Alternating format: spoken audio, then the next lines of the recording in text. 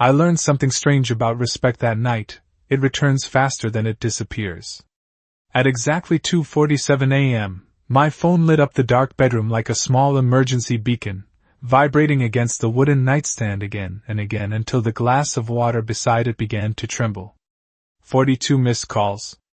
I remember staring at the screen for a long second, letting the numbers settle in my mind, and thinking how quiet the house suddenly felt. The party had ended hours earlier, but the echoes of it still lingered in my head like music you can't quite turn off.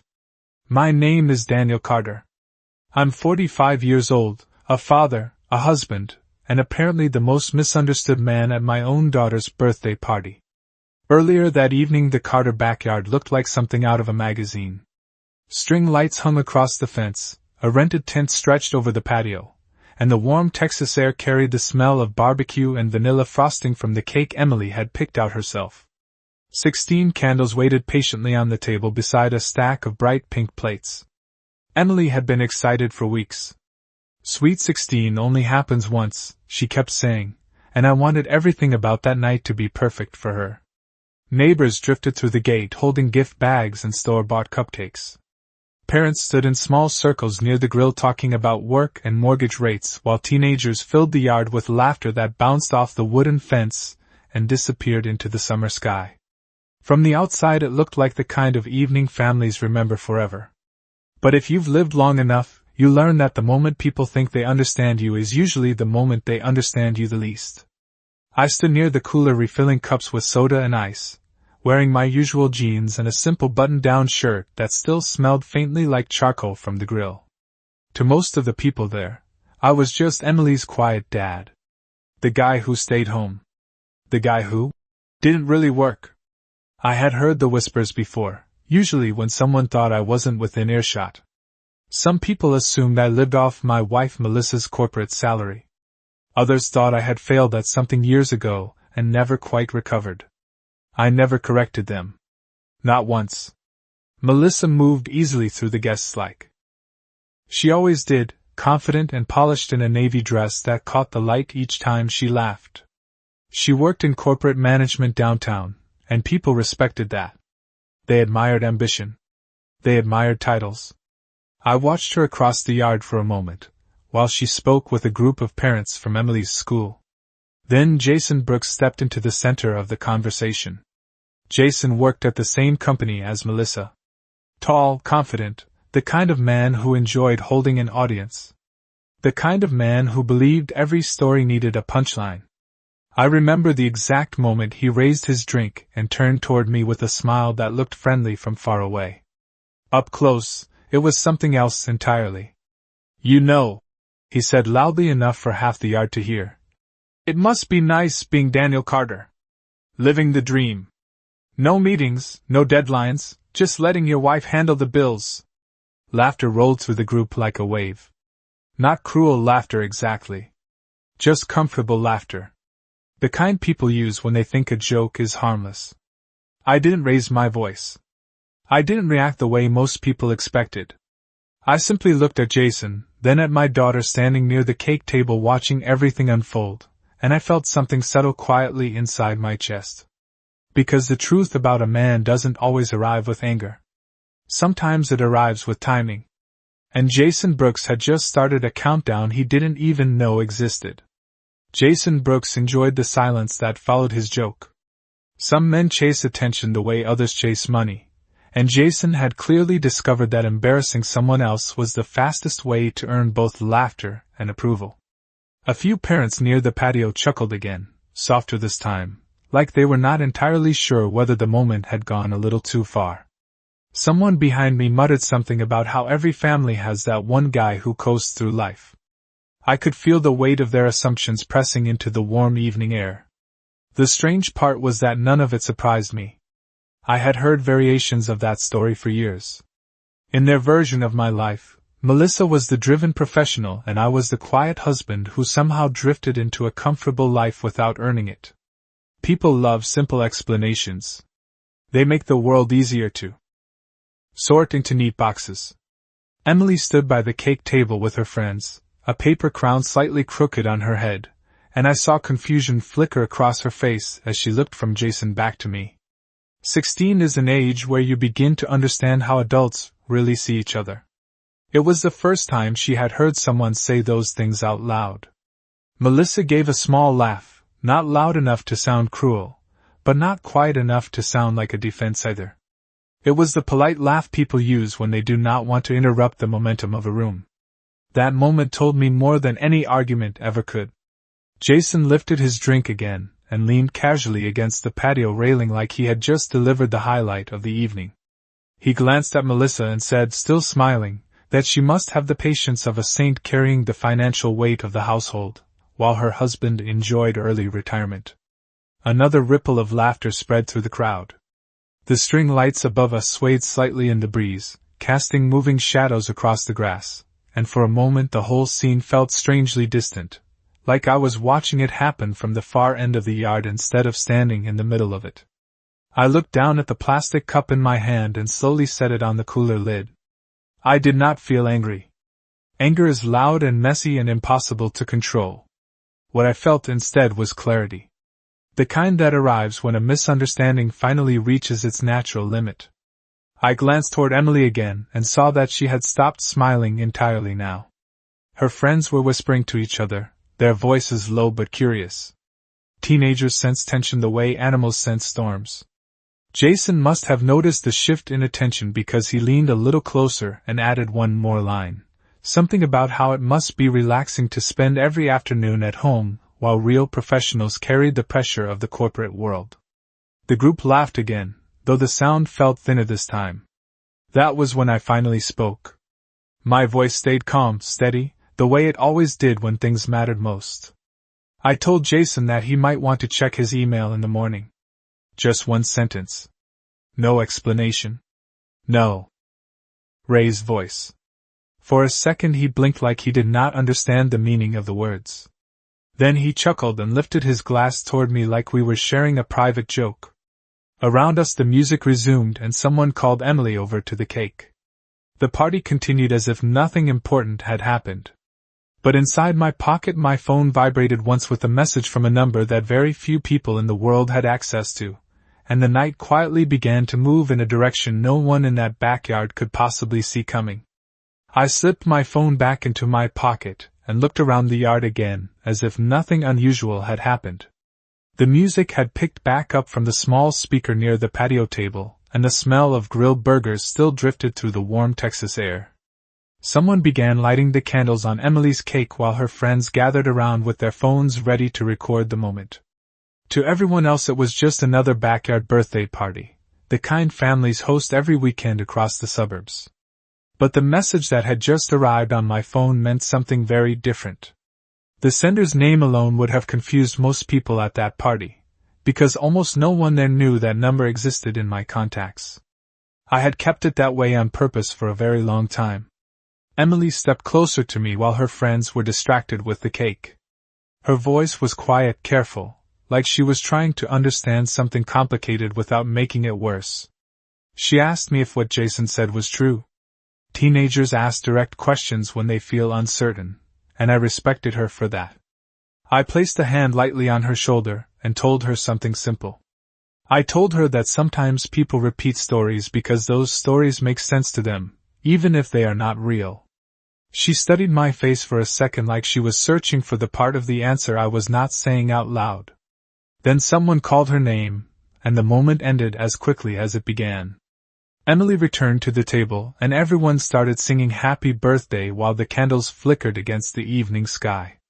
I watched her smile again as she made her wish, and that was the only part of the night that truly mattered to me. Jason, meanwhile, had drifted back into his circle of parents near the cooler, still enjoying the attention he had created.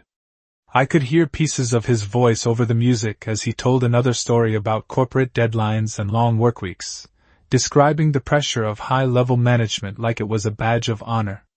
People nodded along because ambition is easy to admire when you are standing beside someone confident enough to describe it loudly.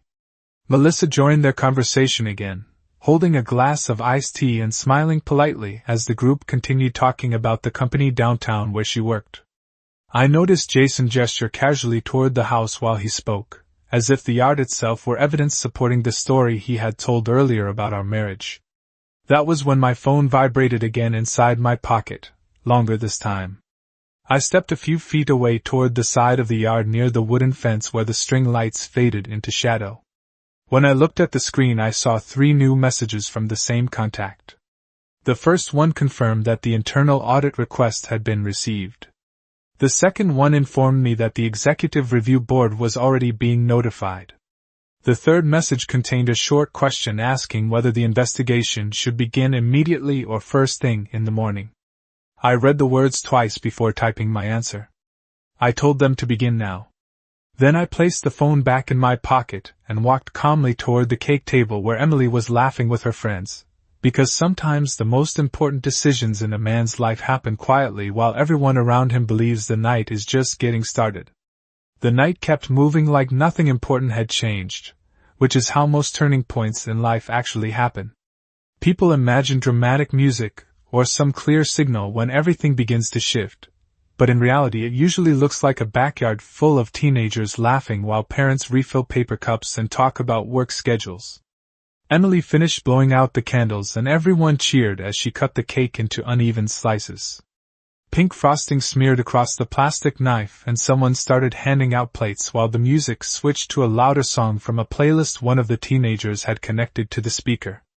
I stood beside the table helping pass out napkins, smiling when Emily handed the first slice to her best friend like it was a small ceremony only 16-year-olds understand.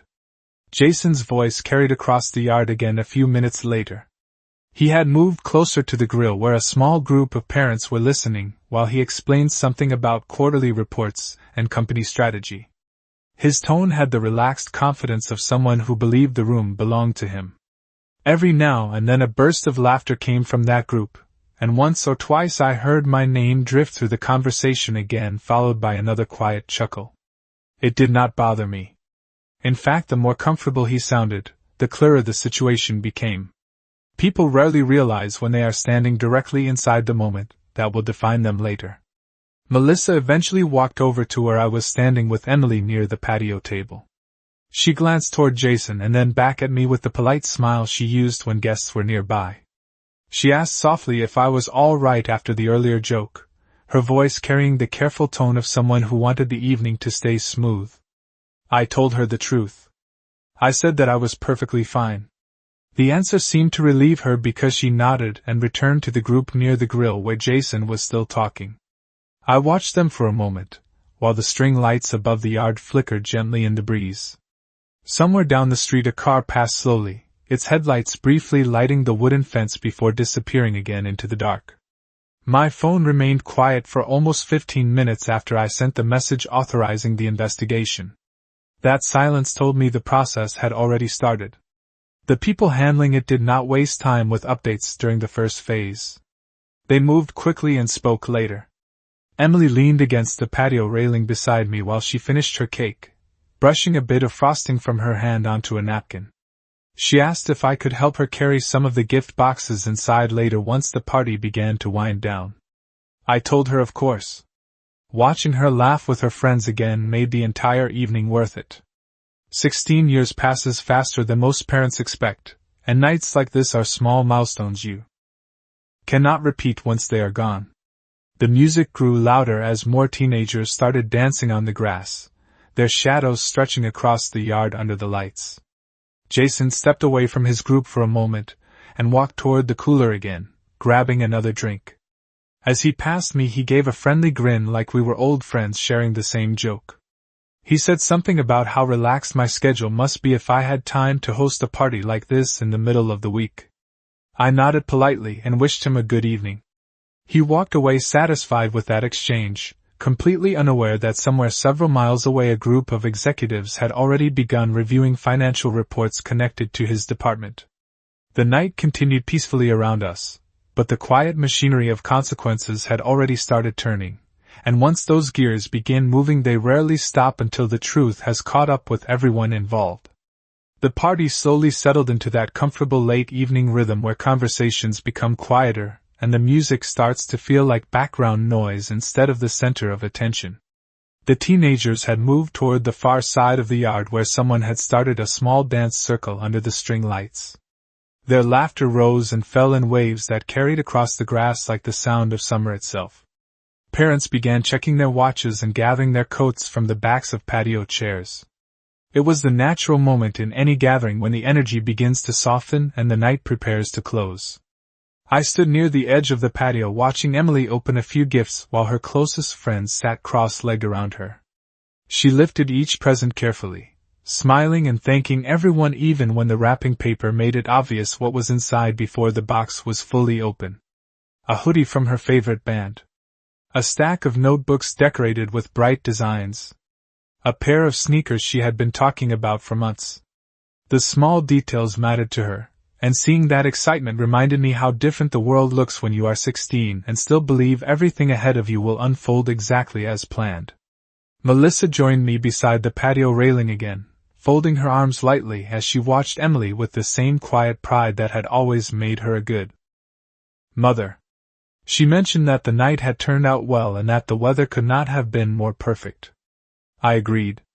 The air had cooled just enough to feel comfortable, and a faint breeze moved the lights above us so they shimmered gently against the dark sky.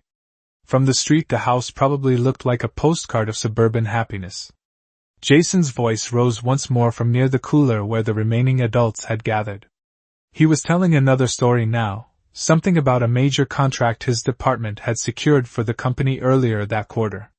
His tone carried that same confident certainty that had filled the yard earlier in the evening. When people admire their own success they often speak a little louder than necessary, and Jason seemed determined to make sure everyone within 20 feet could hear him.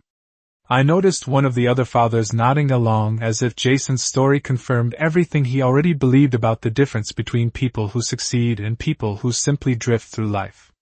The assumptions in that yard had grown comfortable by now. They fit together neatly, and no one had any reason to question them. My phone vibrated again against my leg, softer than before but impossible to ignore. I stepped away toward the side gate where the light from the patio faded into shadow and glanced at the screen. This time the message was shorter. The audit team had already accessed the internal accounts connected to Jason's department. Initial irregularities had been confirmed. A formal executive meeting had been scheduled for midnight Eastern Time. I read the message once and then locked the screen without replying. Some processes move forward on their own once the first step is taken. Behind me the music changed to a slower song and the teenagers began gathering their jackets while parents called their names from across the yard. Emily carried a stack of empty gift boxes toward the back door and asked if I could help her bring the rest inside. I followed her up the patio steps and held the door while she passed through into the kitchen. For a moment the noise of the party faded behind us, and the quiet inside the house felt almost peaceful. Emily placed the boxes on the counter, and smiled as she looked at the pile of presents again. She said that it had been the best birthday she could remember. I told her that I was glad to hear that. Outside the yard lights still glowed warmly over the grass while the last guests prepared to leave, unaware that the calm evening they had just enjoyed would soon be remembered for a completely different reason. The house grew quieter once Emily and I stepped back outside with the empty gift boxes stacked in our arms. The party had reached that final stage where the music was softer, the conversation shorter, and people began saying their goodbyes near the front gate. One by one the parents thanked Melissa for hosting and waved to Emily as they walked down the driveway toward their cars. Headlights briefly washed across the yard as engines started and doors closed, and the laughter that had filled the space earlier slowly faded into the calm of a late suburban evening. Emily hugged her friends near the gate while they promised to text her later about the photos they had taken. 16-year-olds have a way of stretching a goodbye into another 15 minutes of quiet conversation, but eventually the last group stepped onto the sidewalk and disappeared down the street. The yard looked larger once everyone was gone. Paper plates rested on the patio table beside half-empty soda cans, and the string lights still glowed gently above the grass like small stars that had decided to stay a little longer. Melissa began gathering napkins and cups from the tables while I carried a trash bag toward the cooler. Jason was one of the last guests remaining. He stood near the driveway talking with another father, still relaxed, still smiling, as if the evening had unfolded exactly the way he expected. When their conversation finished, he walked over and thanked Melissa for the food, then turned toward me with that same confident grin I had seen earlier in the night. He said the party had been impressive and joked again about how hosting something like this must be easy when a person had plenty of free time during the week. His tone was light, friendly even, but the meaning underneath it had not changed. I nodded politely and told him that I was glad he could make it. Jason lifted his hand in a casual wave as he walked toward his car, completely unaware that several hundred miles away, a group of executives were already reviewing documents connected to his name. The quiet that followed his departure felt different. Melissa closed the gate and walked slowly back across the yard, brushing a strand of hair from her face while she looked around at the aftermath of the celebration. She said that we should probably leave the rest of the cleanup until morning because it was already getting late. I agreed and tied the trash bag closed before setting it beside the fence. My phone vibrated again just as we started toward the house. This time the message was longer. The review board had confirmed the irregularities in the financial reports from Jason's department. Additional records were being pulled from the internal system for verification. A formal conference call had been scheduled within the hour. I slipped the phone back into my pocket without showing Melissa the screen. Some truths take time to reach the surface, and once they do, there is no quiet way to put them back again. Inside the house, Emily had already changed into a sweatshirt and was scrolling through photos on her phone while sitting at the kitchen table. She looked up and told us that her friends were already posting videos from the party online. The excitement in her voice reminded me that for her the night had been exactly what she hoped for. I poured a glass of water and leaned against the counter while the kitchen clock ticked softly on the wall. Outside the window the string lights continued glowing over the empty yard, and somewhere in the distance a car passed along the main road. In less than an hour the executives on the other end of my messages would finish their first review, and the quiet story Jason believed about himself would begin to unravel piece by piece. The house finally settled into silence once Emily went upstairs to her room with her phone still glowing in her hand, the quiet excitement of her birthday following her up the stairs like a fading echo. Melissa moved through the kitchen slowly, stacking plates from the party and rinsing a few glasses in the sink, while the soft hum of the refrigerator filled the empty space. Outside the window the backyard lights still shone across the grass, but without the voices and music the yard looked almost unfamiliar, like the stage after a performance had ended. I stood near the counter with my glass of water, listening to the steady ticking of the wall clock as the minute hand moved closer toward midnight. Time always feels different on nights when something important has already started unfolding somewhere else. Melissa dried her hands with a towel and glanced toward me with a curious expression. She asked again if I had really been fine with what Jason said earlier. The question sounded more thoughtful now that the guests were gone and the noise of the evening had faded. I told her the same thing I had said outside. I told her that it did not bother me. The truth was that the moment had already passed for me long before the party ended. Melissa studied my face for a second like she was trying to read a page that did not quite make sense yet. Then she nodded slowly and said that Jason sometimes talked too much when he was around people from work. She explained that he had been under pressure recently because of a large contract his department had been managing for the company. I listened quietly while she spoke, because every word she said fit neatly into the situation that was already developing somewhere beyond the walls of our kitchen. My phone vibrated again against the countertop where I had placed it a few minutes earlier. This time the screen lit up with a call instead of a message. The name on the display belonged to a man who rarely called unless the matter was serious enough to require immediate attention. I picked up the phone and stepped into the hallway so my voice would not carry into the kitchen. The conversation lasted less than 3 minutes. The review board had completed the first stage of their audit, and the irregularities connected to Jason's department were far more extensive than anyone expected. Several financial transfers had been flagged and additional records were already being secured for investigation. The man on the other end of the line asked a simple question about whether the suspension order should be prepared before the morning meeting or delivered after the full review was presented. I told him to prepare it immediately. When the call ended, I stood there for a moment looking at the quiet staircase leading up to Emily's room. Upstairs she was probably laughing at photos from the party with her friends, unaware that the evening had already begun rewriting the story several adults believed about their lives. I returned to the kitchen and placed the phone back on the counter beside my glass of water. Melissa glanced toward the screen but did not ask about the call. Instead, she walked to the window and looked out at the backyard lights still glowing over the empty tables. She said that we should turn them off before going to bed. I nodded and stepped outside onto the patio where the night air had grown cooler. The yard looked peaceful again, almost identical to the way it had looked before the party began. But somewhere far away the quiet work of accountability was already moving forward, and by the time the sun rose in the morning the confident story Jason Brooks had told that evening would no longer belong to him. The backyard lights clicked off one by one as I walked along the patio, the small bulbs dimming until the grass returned to the quiet darkness of a normal night. Without the music and voices, the yard felt almost unfamiliar, like a stage after the audience had gone home. I stood there for a moment with my hands in my pockets, listening to the faint sound of crickets beyond the fence, and the distant hum of a car passing somewhere down the main road.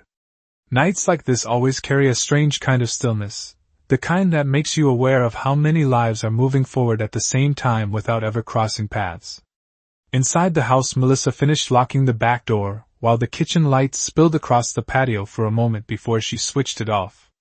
We said good night to each other quietly, the way couples often do after a long evening of hosting guests. She headed upstairs toward the bedroom while I remained near the living room window with my phone resting in my hand. The clock on the wall read 11:43. In another time zone, several executives were already sitting in a conference room reviewing files that had been pulled from the company's system less than an hour earlier. Most people imagine that decisions inside large organizations happen slowly, but when the right information reaches the right people, the process can move with surprising speed. My phone vibrated again as I walked into the living room and sat down on the edge of the couch. This time the message contained a short update from the legal department confirming that the internal financial transfers connected to Jason's department had now been verified through multiple accounts. A formal suspension order was being prepared and would be delivered to the board within the hour. I placed the phone beside me and leaned back against the cushion, letting the quiet of the house settle around me. Upstairs I could hear the faint sound of Emily's voice through her bedroom door as she spoke with one of her friends over a video call, still reliving the excitement of the party. The innocence of that conversation made the contrast even sharper. For her the night was simply a memory of laughter and birthday candles. For someone else it was quietly becoming the moment when a carefully built reputation began to collapse. A few minutes later my phone lit up again, this time with a call from the same number that had reached me earlier in the evening. I answered and listened while the voice on the other end explained that the review board had completed its initial vote. The suspension would take effect immediately, and the company's security team had already been notified to restrict access to all internal systems connected to Jason's credentials. The man paused before asking if I wanted the formal announcement delivered before sunrise or after the market opened in the morning. I thought about the backyard earlier that evening, about the easy laughter and the confident way Jason had described his success to a group of people who believed every word. Then I told the caller that the announcement could wait until morning. When the call ended I set the phone down again and walked to the window overlooking the now dark yard. The grass still carried the faint outlines of where the tables had been placed earlier, and the quiet space felt almost peaceful again. But somewhere across the city the consequences of one careless evening had already begun unfolding, and by the time the sun rose the story Jason Brooks believed about his future would look very different from the one he had told at my daughter's birthday party. I remained by the window for a long time after that call ended, watching the dark backyard as if it could somehow explain the strange balance of quiet and momentum that filled the night. Most people believe that the turning points in life arrive with noise and drama, but in my experience they arrive quietly, almost politely, and only reveal their weight later. The house had settled into complete stillness now. Upstairs Emily's room had finally gone quiet, which meant she had probably fallen asleep with her phone still in her hand after hours of reliving the party with her friends. Melissa had turned off the bedroom light a few minutes earlier, leaving the hallway dim except for the faint glow of a night lamp near the staircase. I picked up my phone from the table and glanced at the screen again. Midnight had passed. Somewhere across the city the executive team was likely still sitting around that long conference table with their laptops open and printed reports scattered in front of them. People who work inside large corporations learn quickly that numbers do not lie for very long.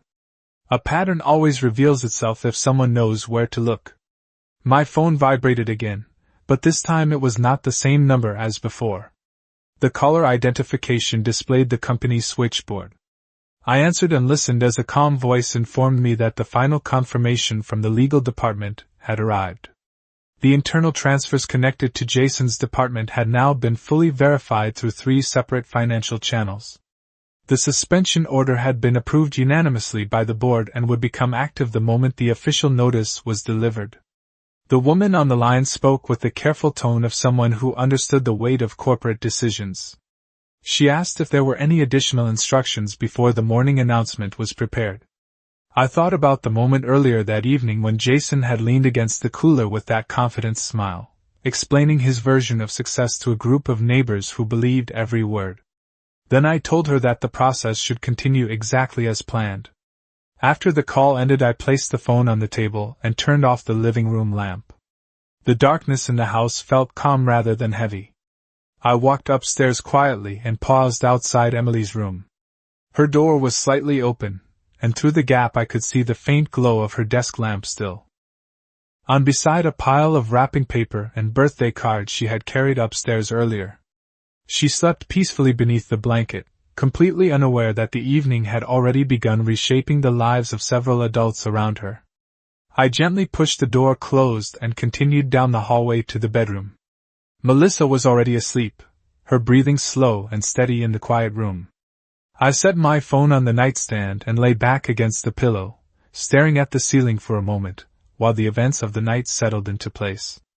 A few hours earlier the yard had been full of laughter and casual assumptions about who I was and what I had accomplished with my life.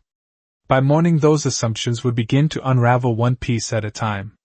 Somewhere across the city Jason Brooks was likely finishing his evening the same way he finished every other day, confident that tomorrow would look exactly like today. But the truth has a way of arriving early when people least expect it, and when the sun rose over the neighborhood in a few hours the quiet story he had told so comfortably at that party would no longer belong to him. I woke before sunrise the next morning, the kind of quiet early hour when the entire neighborhood still feels suspended between night and day. The house was silent except for the faint ticking of the hallway clock and the distant hum of an air conditioner somewhere outside. For a moment I simply lay there, remembering the laughter from the backyard only a few hours earlier, and the confident tone in Jason's voice as he described his success to a group of people who believed every word. The strange part about nights like that is how ordinary the morning that follows can look. I stepped out of bed carefully so I would not wake Melissa and walked downstairs to the kitchen where the first pale light of dawn was beginning to slip through the windows.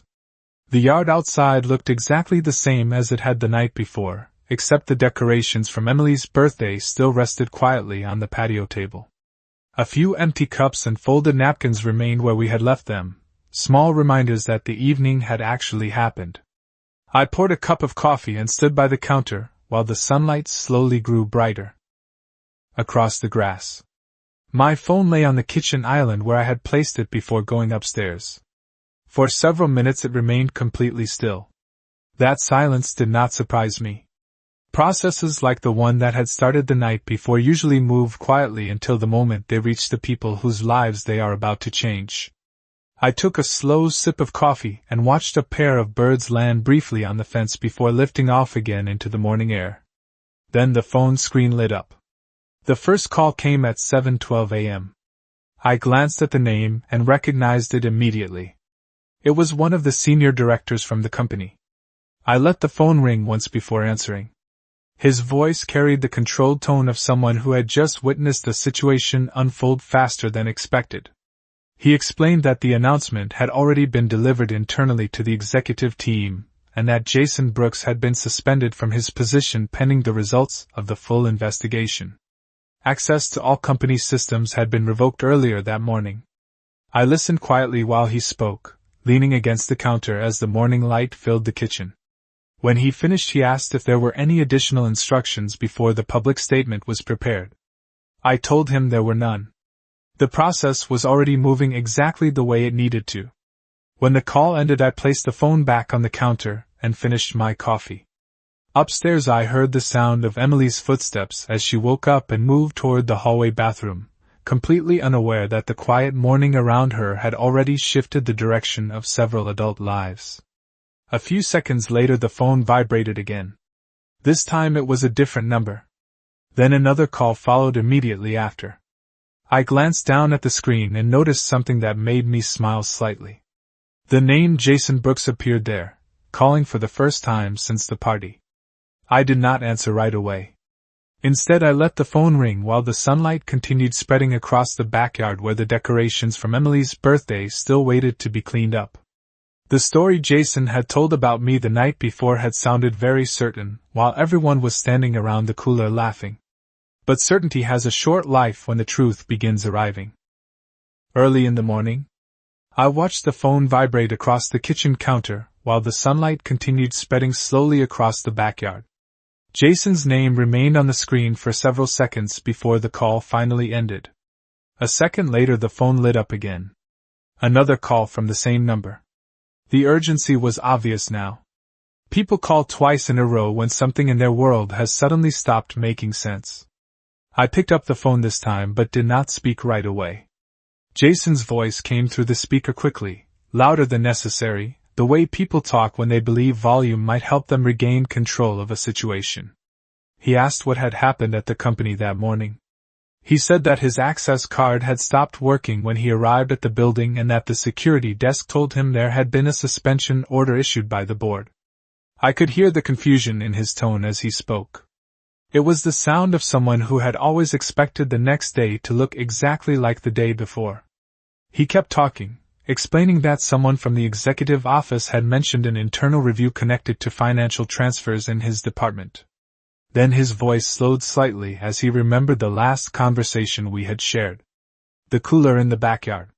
The laughter from the group around us. My quiet sentence telling him to check his email in the morning. There was a pause on the line as that memory finally reached him. He asked me directly if I knew anything about what was happening. I looked out through the kitchen window again at the empty patio where Emily's birthday decorations still rested on the table. The quiet morning sunlight made the yard look peaceful, almost untouched by the small storm that had begun moving through another part of the city. I told Jason something simple. I told him that the company had its own procedures and that sometimes those procedures reveal things people do not expect. For a moment he did not answer. Then his voice returned with a different tone, less confident now, as if he were searching for some explanation that would make the situation smaller. He said that there must be some misunderstanding in the reports, and that the review board would realize that once they finished their investigation. I listened calmly while he spoke. Confidence often lingers a little longer than it should when people are confronted with the first signs of a changing reality. When he finished, I explained one final thing. I told him that the review board had already confirmed the irregularities and that the suspension order had been approved unanimously earlier that morning. Another silence followed on the line, longer this time. Somewhere upstairs I heard Emily opening cabinets in the kitchen, probably searching for cereal before school. The normal rhythm of the house continued while Jason's voice grew quieter on the other end of the call. He asked me why I seemed to know so much about a decision that had just been made by the board of directors. That was the moment when the rest of the story finally reached him. I told him that the company he had been describing so confidently in my backyard the night before had started as a small project many years ago. I told him that I had built it with 3 partners in a rented office long before anyone there knew the name Jason Brooks.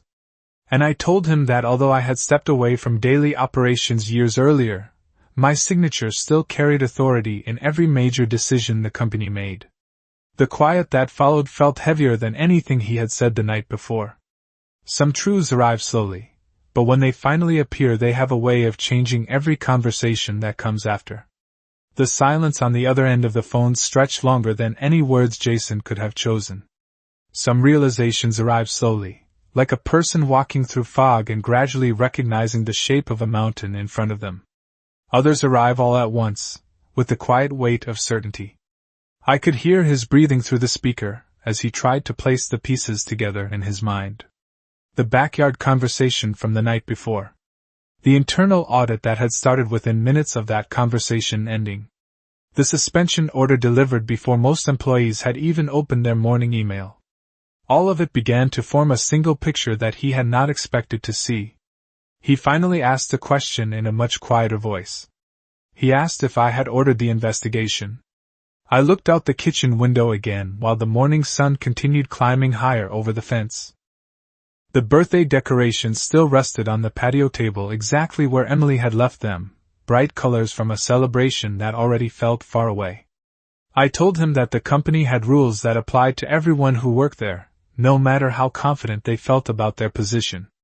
I explained that once certain financial patterns appeared in the system, the review process followed its own path. My role had simply been to make sure the process moved forward without delay. Jason did not speak for several seconds after that. When he finally did, his voice sounded different from the one I had heard in the backyard. The certainty had faded from it, replaced by the careful tone of someone realizing that the audience had changed. He said that there must still be time to explain the situation before the board made a final decision. I told him calmly that the board had already completed the first stage of its review and that additional investigators were now examining the full records from his department. The process would continue regardless of what either of us said during that call. At that moment, Emily walked into the kitchen carrying her phone and a cereal bowl, still half awake but smiling as she scrolled through photos from the party. She waved at me casually and opened the refrigerator while I continued standing by the counter. The normal rhythm of the house carried on around me while Jason's world shifted quietly on the other end of the line. He asked one final question before ending the call. He asked why I had never mentioned any of this the night before when everyone was standing around the cooler listening to him talk. I thought about that for a moment before answering. Then I told him the truth. I said that people usually reveal more about themselves when they believe no one in the room has the authority to challenge them. The silence returned again after that sentence, but this time it did not last long. Jason thanked me for taking the call in a voice that sounded almost formal now. Then the connection ended. I placed the phone back on the counter beside my empty coffee cup and looked across the kitchen at Emily while she laughed quietly at something one of her friends had posted online. For her, the morning was still just another day after a birthday celebration. For someone else, it had already become the moment when confidence met reality, and the comfortable story he had told the night before was beginning to fall apart piece by piece. The kitchen felt calm again after the call ended, the kind of ordinary calm that follows moments most people would never even realize had taken place. Emily sat at the table scrolling through photos from the night before, laughing quietly as she showed me one where her friends had tried to stack birthday candles into the shape of the number 16 and failed halfway through. The bright frosting from the cake still stained the corner of the table where someone had placed a plate too quickly during the party. Outside the window, the backyard looked peaceful in the full daylight, the decorations still hanging along the fence like colorful reminders of a celebration that had ended only hours earlier. I poured another cup of coffee and leaned against the counter while Emily talked about how many messages she had already received from her friends. 16-year-olds measure the success of a night by how quickly the photos appear online, and judging from her excitement, the party had been exactly what she hoped it would be. Melissa came downstairs a few minutes later, still tying her hair back while she walked into the kitchen. She looked at the decorations outside and smiled slightly, saying that we should probably finish cleaning up the yard before the wind carried the balloons into the neighbors' trees. The morning felt simple and familiar again, the way most mornings do after a long evening with family and friends. But my phone resting on the counter told a different story. While Emily continued talking about her birthday gifts, the screen quietly filled with notifications from the company. Internal messages. Legal updates. Confirmation that the suspension order had been delivered and that Jason's department was now under full review. The process would continue for weeks, maybe months, until every detail had been examined and documented. That is how accountability works inside organizations built to last. It moves slowly enough to be fair and firmly enough to be final. I turned the phone face down on the counter and walked outside with Melissa to start gathering the decorations from the yard. The grass was still damp from the early morning air and the sunlight reflected softly across the empty patio where the party had been only a few hours earlier. As we folded the tables and stacked the chairs, I thought again about the conversation near the cooler the night before. About the confidence in Jason's voice when he described success to a group of people who believed him without question. Confidence can be a powerful thing when it rests on truth. When it does not, it tends to disappear quickly once the facts begin arriving. By the time we finished cleaning the yard, Emily stepped outside carrying her phone and asked if we could take one last picture in front of the birthday banner before it came down. Melissa stood beside her while I held the camera, and for a moment the three of us laughed together in the quiet sunlight. When the photo was finished, Emily ran back inside to send it to her friends. I looked around the yard one last time before taking down the banner. The decorations were gone now, the grass empty again, and the neighborhood looked exactly the way it had looked the day before the party.